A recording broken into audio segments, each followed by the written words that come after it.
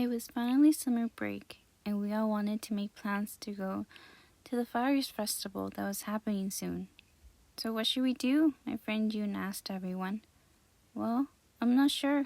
What do you think, Hannah? Mio said as she turned to look at me. Oh, how about we each put in some money to buy snacks and drinks? I said. June and Mio nodded eagerly over my suggestion. That's a great idea. How much money should we put in? Would $10 be enough? Mio said as she took out her wallet, and June did the same thing. They both took out a $10 bill each and put it on the table. We trust you on your judgment of food, June said, and Mio nodded in agreement. Then they both turned to the person that was next to me, as if they just remembered Haru was sitting there. He put his book down and looked at them. Did you even ask Hana if she's okay with that?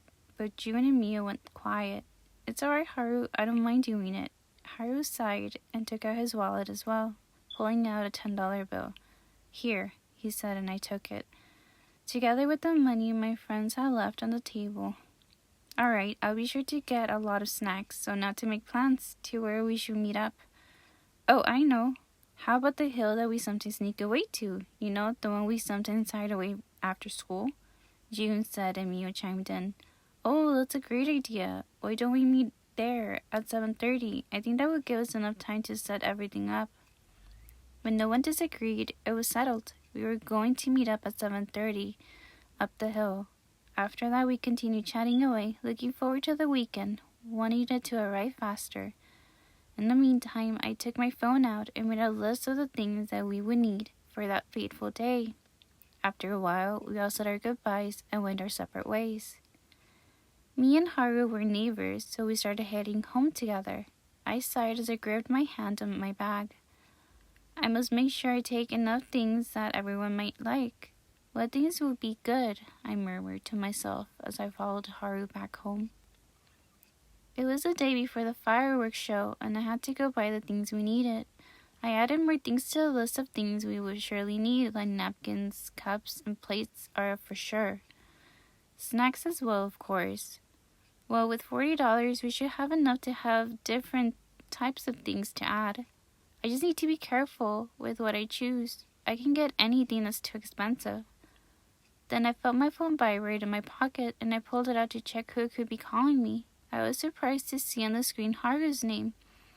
Where are you? Haru asked.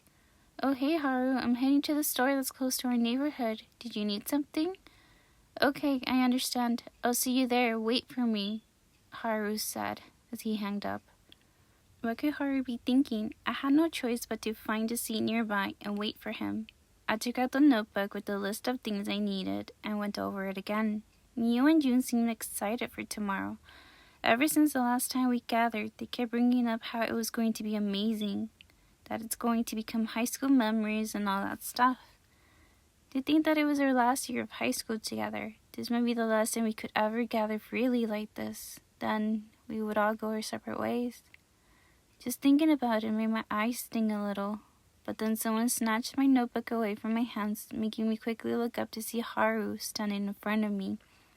Oh, you made a list? He said as he looked down at me. But the moment our eyes met, he frowned. What's wrong? He said as he noticed the tears that were threatening to come out. Oh, it's nothing. Come, let's go shopping. We have a lot to do. I said as I quickly looked away from him, stood up. I didn't wait for him as I went to grab a cart and went inside the store. I just heard a sigh behind me. Look, Haru, there's a sale going on. Buy two, get one free, and it's exactly what we need. I grabbed the cups, napkins, and plates. Haru smiled as he followed close behind me. He took over the cart the moment we went inside. When I was about to protest, he said no buts. It was pointless to argue with him, so I let him. I looked down at the list to scribble out the things we already had, and to take a look at the things we still need. We should get some spicy chips for June, since he likes that. Oh, also the shrimp chips that Mio likes, I said as I looked around. Then I saw some choco mushrooms that Haru liked. I grabbed one of each and put them on the cart. Haru noticed the choco mushrooms and smiled. I knew he would love that. I grabbed a few more snacks and other things we might need. I think this should be enough, or else it would go past $40, Haru said, and I nodded. We love to pay for everything, and Haru was right. The total came out to $38.99. Haru was carrying most of the things, and I took the lighter ones. He then put down the bags on the nearby bench and turned to me. "Hey, Hana, give me the change." I didn't think much about it and gave him the small change I received. Without saying anything, he went back to the convenience store. I took a seat on the bench, and after a few minutes, he came back out holding a pair of popsicles. He pulled out the 2 popsicles and broke it in half. "Here, you deserve it," he said, and I couldn't help but smile as I took it. "This reminds me when we were still in middle school." Haru smiled as he put the popsicle in his mouth and sat on the empty seat next to me. We both enjoyed the popsicles in silence without saying a word. Honestly, even without words, the atmosphere was comfortable. Once we finished, we got up and threw away our trash. "All right, time to go home now," Haru said as he grabbed the bags once again, and I followed suit. We started walking back home, and I was grateful that it wasn't that far. When we arrived, my parents were outside with suitcases. "Welcome home, Hana, and it's good to see you, Haru." Haru smiled and replied, "It's good to see you as well." They ushered us to go inside once they saw the amount of bags Haru was carrying. "I heard from Hana that tomorrow you're all going together to see the fireworks. I made some rice balls for Hana to take with her tomorrow." As I was putting down the bags, I looked at my mom surprised. "Mom, you didn't have to. Wasn't it too much trouble? You have a long trip to take today." My mom shook her head. "It's no big deal. Besides, your father is the one that's going to drive." I nodded, and then I noticed that Haru wasn't around. Then my father called. "We need to get going now." My mom checked her purse to make sure she wasn't missing anything before walking to the front door. I followed close behind my mom until we met up with my father, and Haru wasn't nowhere to be seen. "Honey, Haru will be staying over with Hana to take care of her while we're gone," my father said. My mother nodded and sighed in relief. "That's good to hear.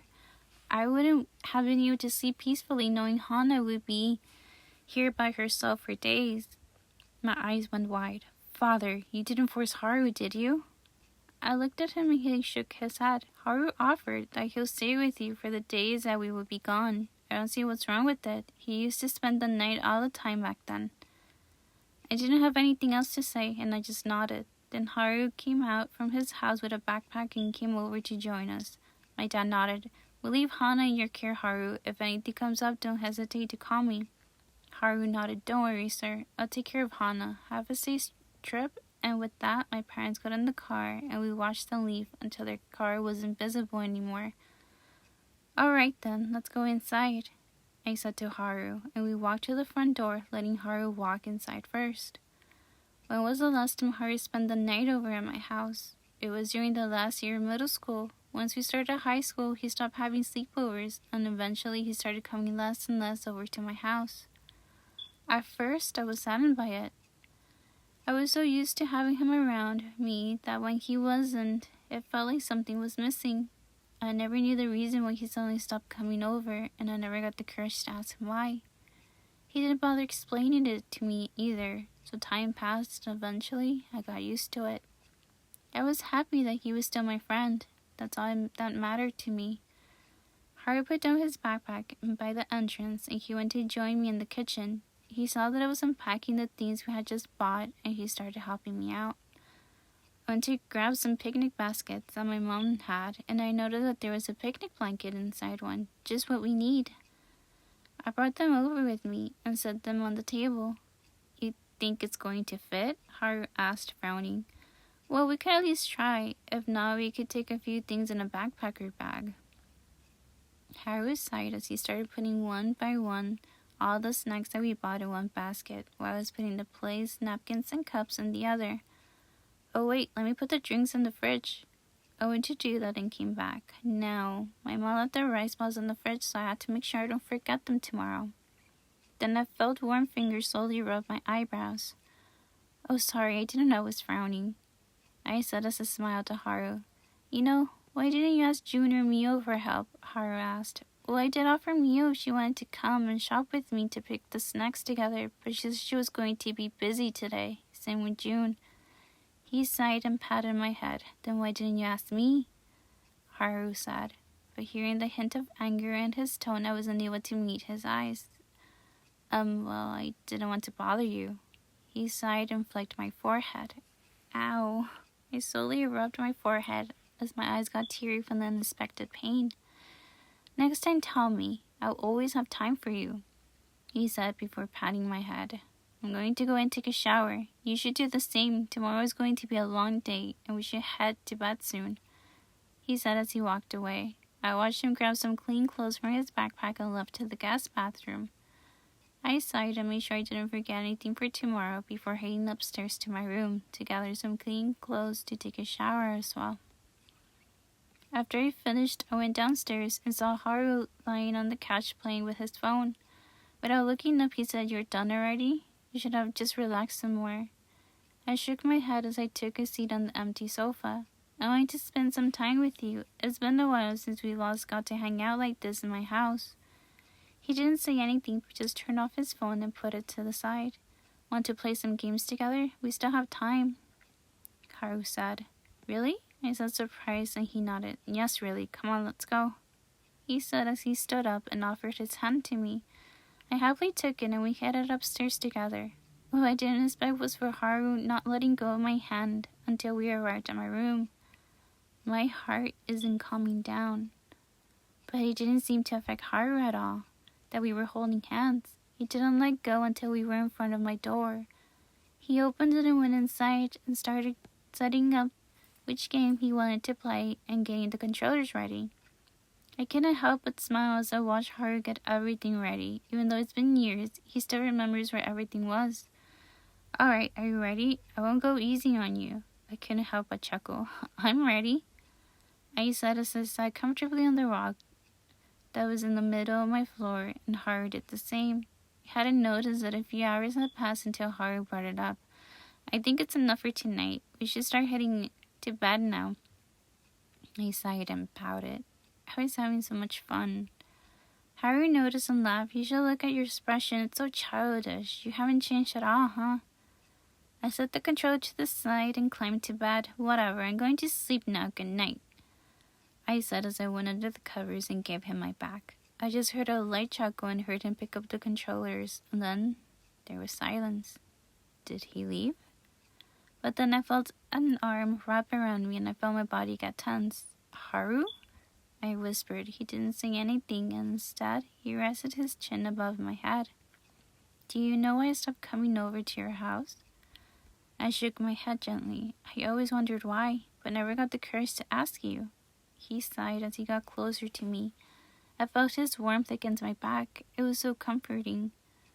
I never wanted to say anything since, well, we've been friends for many years. I didn't want to do something that would end up damaging our relationship. He paused for a few seconds before sighing again. But now it's hard to hold back my emotions. Ever since I realized what I truly felt about you, I wouldn't dare to be alone with you. I was afraid I would do something that would end up regretting and lose you. But now, I felt him pull me closer to him, making my heart skip a beat. I know what he's trying to say. That I'm dense to notice, and honestly, I knew deep inside I was waiting for this day to come. I love you, and I want to be with you for the rest of your life. That is, if you feel the same way as well. Hearing Haru say that felt like a dream. I was afraid that even if I dared move, he would disappear. But that wasn't the case. This wasn't a dream, it was a reality, and it was happening now. I was filled up with so many emotions, I didn't know how to start. But Haru, on the other hand, thought my silence meant that I wasn't interested. Forget it. I said nothing. I'll go to my room now, he said as he pulled away from me. I quickly turned to see him getting ready to stand up but before he did, I tugged his shirt to pull him back down. What? He was about to say, but I cut him off. Haru, I felt the same way about you. The moment you stopped coming over to my house, I was so afraid that I did something that offended you, so I didn't want to bring it up because I didn't want to lose you. That's when I realized that I have feelings for you. Not as a friend, but I wanted more than that. Unable to control my emotions, tears fell from my face. I quickly wiped them Before he noticed, but it was too late, he turned around and sighed. He reached out and very gently wiped my tears away. You always put others before yourself. When will you ever learn, huh?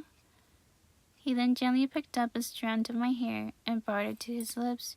You're just like the Empress. Everyone comes to you for help because you're so kind, loyal, and wise. That's what I love about you. But you'll always be in my eyes, my Empress. I felt my cheeks go warm, and I knew for a fact I was blushing, so I quickly hid my face with my hands. Since when has he become this smooth? He laughed as he grabbed my wrist and pulled my hands away. Before I could protest, he planted a kiss on my lips. Now, let's go to sleep. We have a busy day tomorrow. Oh, and just in case you need me to clarify something, we're together already. Good night. With that, he just left, leaving me dumbfounded over everything that had just happened. He knew I wasn't going to be brave enough to follow him. I turned off the lights and went to bed. I could still feel the warmth of his lips on mine, and I couldn't help but smile. I was glad that he came forward to tell me his true feelings, because I knew for a fact I wouldn't have ever been able to tell him mine. I'm sure he knew that already. After a while, I finally managed to calm down and fell asleep. The next day, me and Haru had gathered all the things we were going to take with us in front of the house. After I double-checked that nothing was missing, we left to meet up the others. When both June and Mio saw us, they came to the rescue and took the picnic basket from my hands and the bento box that was holding my mom's rice balls. Since Mio couldn't come shopping with me yesterday, she said she was going to help set up everything. June volunteered to help, and both me and Haru watched them do everything. After they finished, we all gathered around and sat on the picnic blanket as we all scattered the snack in front of us. You know we love, Hana. You're the best, Mio said as she grabbed her favorite snack. Your mom's rice balls are the best, Hana. Tell her that they came out delicious, June said as he took another bite. I couldn't help but chuckle. Well, I'm glad you guys liked it, I said before Haru pressed a choco mushroom against my lips. I gladly accepted it, and I couldn't help but smile as I looked at him. But June and Mio looked at us with a huge smile on their lips. Are you two together by any chance? Mio said with a playful tone. Yeah, we are, Haru said plainly, taking off guard Mio at the blunt confession. June started laughing. It was about time, honestly. And Mio said, yeah, about time. We all took pictures together, wanting to freeze this moment forever and ever still images. Hours passed and we got everything cleaned before the fireworks started. Once it did, the beautiful explosions of colors filled the night sky. Haru took my hand in his and gave it a gentle squeeze. I couldn't help but look at Haru. Even though it was dark, the fireworks gave me enough light to see the smile lingering on his lips. A warm feeling spread in my chest, almost like honey. I never wanted this feeling to ever leave, and I made a silent vow to myself that even if life someday might set us apart, that we would all go our different ways, I wanted my path to always be connected to Haru. And I knew Haru felt the same way, because he gently pressed his free hand against my cheek and gently planted a soft kiss on my lips, as if closing the vow I just made. All the fears and sadness from the other day vanished just like that, and instead I was filled with hope for the future, a future together with Haru.